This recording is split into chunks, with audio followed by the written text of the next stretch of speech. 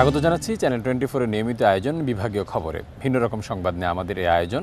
আজ জানাবো ঢাকা বিভাগের জেলাগুলোর খবর, সাথে আছি আমি আব্দুল্লাহ ফারুক। ফেব্রুয়ারি মাস এলেই ব্যস্ততা বাড়ে সাভারের গোলাপগ্রামের ফুল চাষিদের। আবহাওয়া অনুকূলে থাকা এবার ফলন ভালো হয়েছে। পয়লা ফাল্গুন ভালোবাসা দিবস ও 21শে ফেব্রুয়ারি ঘিরে জমজমাট হয়ে উঠেছে এখানকার ফুলের বাজার। পহেলা ফাল্গুন ভালোবাসা দিবস ও 21শে ফেব্রুয়ারিকে ঘিরে জমজমাট হয়ে উঠেছে ফুলের বাজার। প্রতি বছর এই সময় গোলাপ, গাঁদা, রজনীগন্ধা ও গ্লাডিওলাসের চাহিদা থাকে তুঙ্গে। তার মধ্যে ফুলপ্রেমীদের আকর্ষণের কেন্দ্রবিন্দুতে থাকে লাল গোলাপ। এরই মধ্যে সাভারের গোলাপগ্রামে প্রতিদিন সংগ্রহ করা হচ্ছে হাজার হাজার গোলাপ সহ নানা জাতের ফুল। এবার আবহাওয়া ভালো থাকায় ফলন ভালো হয়েছে, কিন্তু ভালোবাসা দিবস ও শবে বরাত একই দিনে হওয়ায় কিছুটা শঙ্কায় চাষি ও ব্যবসায়ীরা। ক্ষেতের কোয়ালিটিওয়ালা ফুল এবার ভালো বিক্রি হইতেছে, আর পর্যটক আসার বছর যে লোকগুলো আসে তার চেয়ে এই বছর অনেক দ্বিগুণ বেশি লোক আসতেছে। এই সময় তো আমরা যে টাকা আমরা ইনভেস্ট করি, এই সময় তো আমরা ওই টাকাটা উঠাই তো দুইটা লাভের জন্য দুইটা পয়সা পাই। 2-3 দিন মিলে 10-12 লাখ টাকা বিক্রি করতে পারে। 13, 14, 15 3 দিন আমাদের টানা একটা থাকে। কৃষি বিভাগের পক্ষ থেকে ফুল চাষিদের দেয়া হচ্ছে প্রশিক্ষণ সহ নানা সহায়তা। সামনে যাতে গোলাপের আবাদ সহকারে ফুলের আবাদটা আমাদের এই সাভার উপজেলায় আরো বৃদ্ধি পায়, আমরা সেই লক্ষ্যে কাজ করে যাচ্ছি। আমরা চাচ্ছি যে আগামী অর্থ বছরের মধ্যেই এই 305 হেক্টর ফুলের আবাদকে আমরা প্রায় 350 হেক্টরে কিভাবে নেওয়া যায় সেই লক্ষ্যে আমরা কৃষকদের সাথে বিভিন্ন রকম মিটিং, মতবিনিময় এবং ট্রেনিং এর ব্যবস্থা করে যাচ্ছি।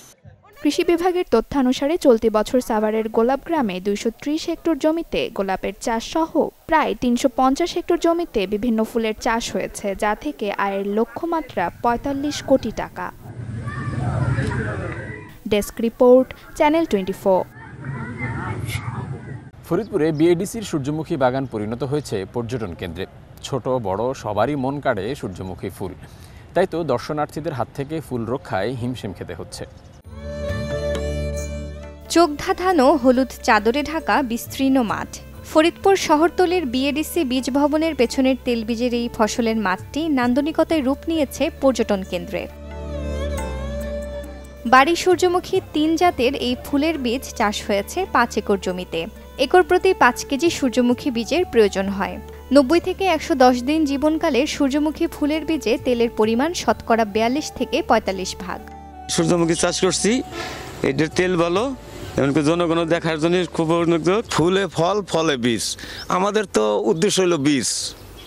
এই জন্যে কেউ ফুলটাতে লাড়া না দেয়, কেউ ফুলটা না ছেড়ে, এর জন্যে আমি এই সবসময়ের জন্যে তাদেরকে তাড়ানো অবস্থার মধ্যে আনন্দ বিনোদন করার মতো সুযোগ তৈরি করে দিই। জায়গা জুড়ে এবার সূর্যমুখীর চাষ করা হয়েছে। সূর্যমুখী ফুলগুলো দেখতে এত চমৎকার লাগে এবং সারিবদ্ধভাবে এত ফুল একসাথে ফুটে আছে, এবং এটি একটি এখন বিনোদন কেন্দ্রের মতো অনেকটা অবস্থা হয়ে গেছে।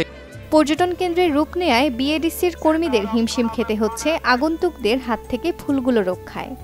ফুল দেখতে অনেক সুন্দর এবং ঘোরার উদ্দেশ্যে আসছি। ফুল দেখলে খুব মজা লাগে, ভালো লাগে। সূর্যমুখী বীজে তেলের পরিমাণ 40 থেকে 45 ভাগ, এবং এই তেলে মানবদেহের জন্য উপকারী রিউরিক অ্যাসিড রয়েছে, যা হৃদপিণ্ডের ঝুঁকি কমায় এবং উচ্চ রক্তচাপ এবং ক্যান্সারের প্রতিষেধক হিসেবে কাজ করে। 1 একর জমিতে সূর্যমুখী বীজ উৎপাদনে খরচ হয় 40 থেকে 45 হাজার টাকা। একর প্রতি লাভ হয় 1,20,000 থেকে 1,25,000 টাকা পর্যন্ত।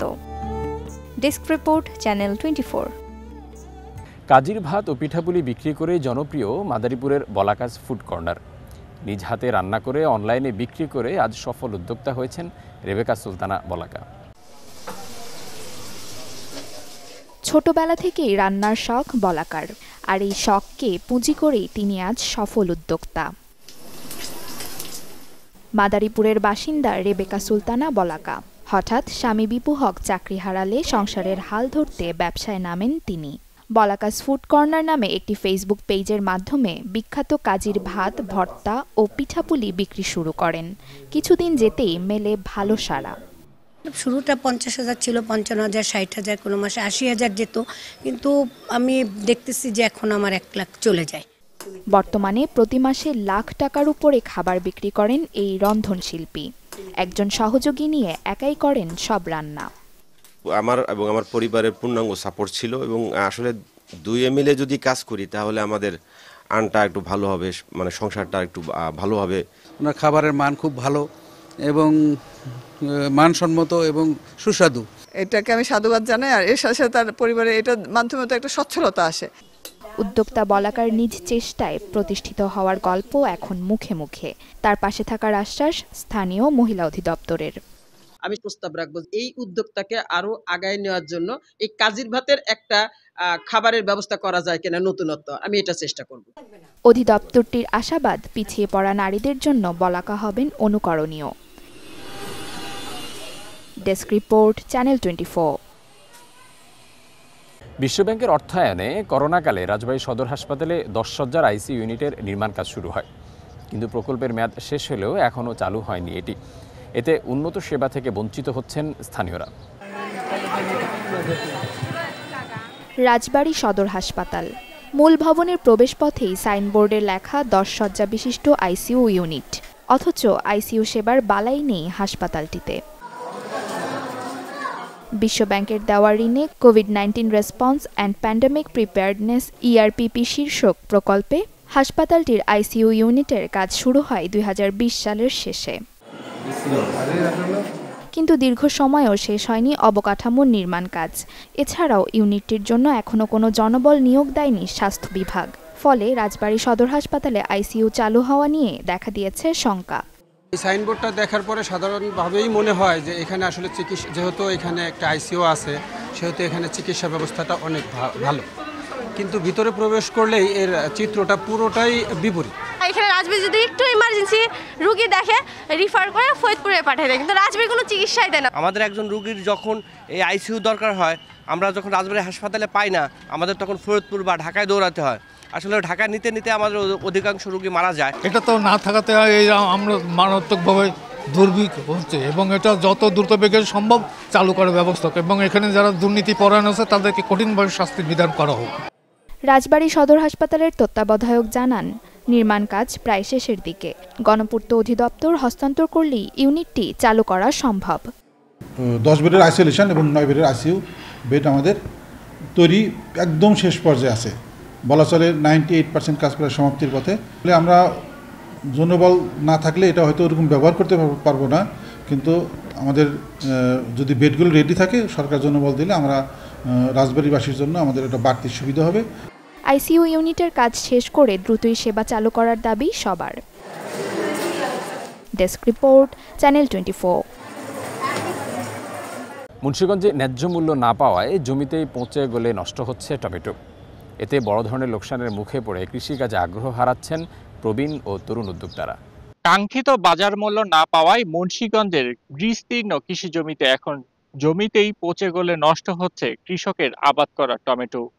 বাজারে খুচরা পর্যায়ে টমেটো এখনো 20 থেকে 25 টাকা, কোথাও কোথাও হাত বদল হলেই 30 টাকায় বিক্রি হলেও একই টমেটো জমিতে বিক্রি হচ্ছে মাত্র 2 টাকা কেজিতে। কৃষক বলছে যে প্রতি কেজি টমেটো জমিতে আবাদ করতে তাদের খরচ পড়েছে সেচ, সার এবং শ্রমিকের মজুরি সহ প্রায় 18 থেকে 20 টাকা পর্যন্ত, এবং জমি থেকে এসব ফসল উত্তোলনের পর যখন বাজারজাতকরণ করা হয় সেই সময় পরিবহন খরচ সহ প্রতি কেজি টমেটোর খরচ পৌঁছায় প্রায় 25 থেকে 30 টাকায়।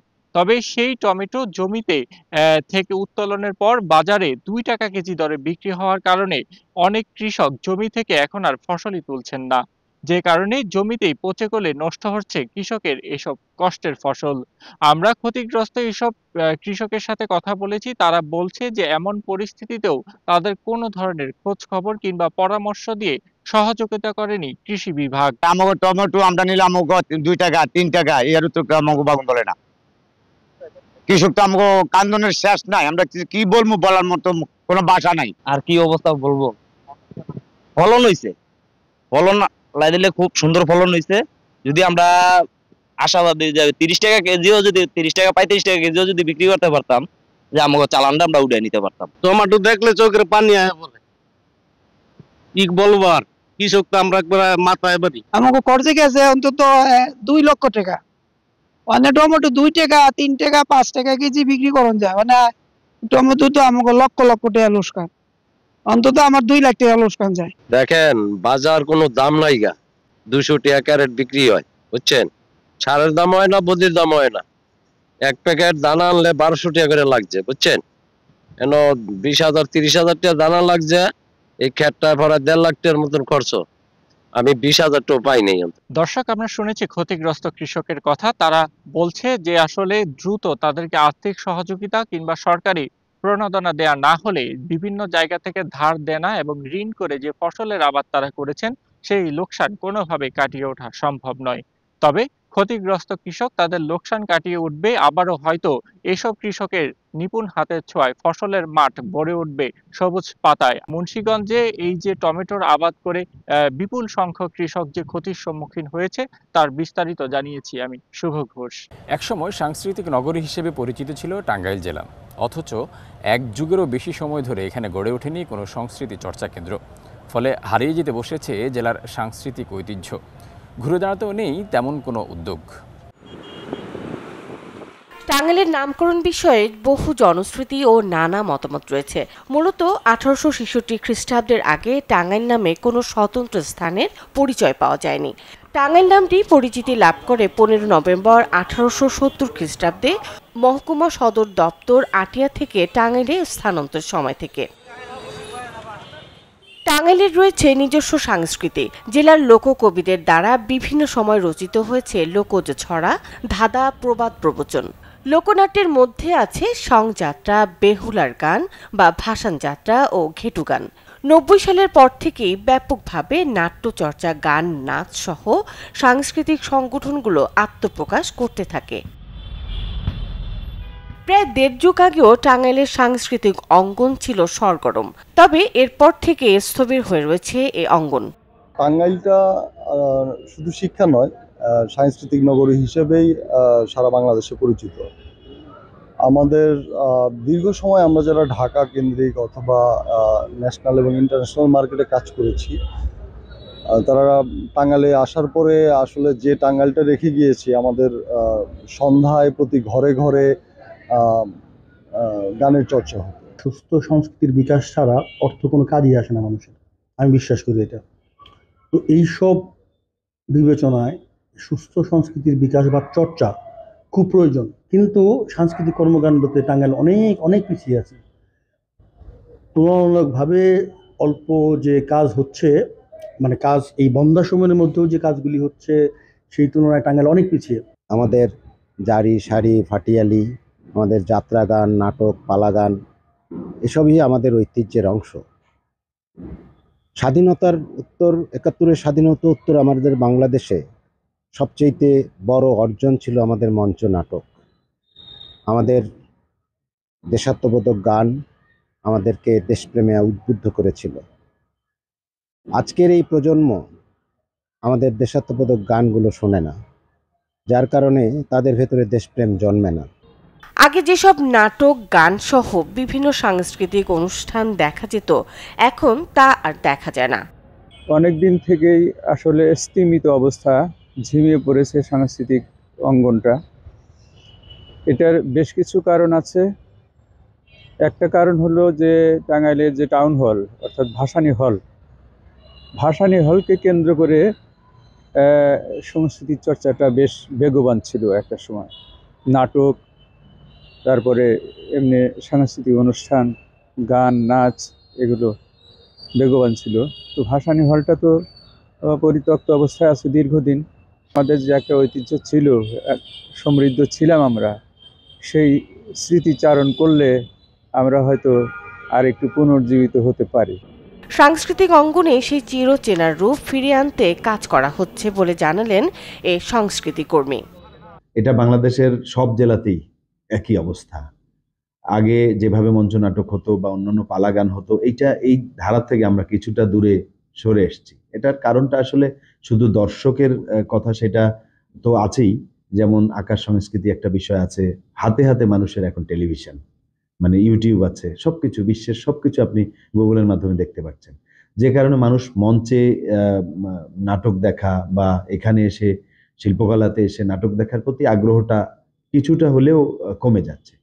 তবে বাংলাদেশ শিল্পকলা একাডেমি চেষ্টা করছে যে এই ধারা যাতে, বর্তমান মহাপরিচালক মহোদয় বিশেষভাবে কিছু উদ্যোগ ডিসেম্বর মাসেই নিয়েছেন, যেখানে আমাদের পালা গান, যাত্রা, লোকনাট্য এবং বাউল গান, সাধু মেলা এবং সাংস্কৃতিক অনুষ্ঠানের মধ্য দিয়ে যাতে একটা পুনর্জাগরণ তৈরি করা যায়।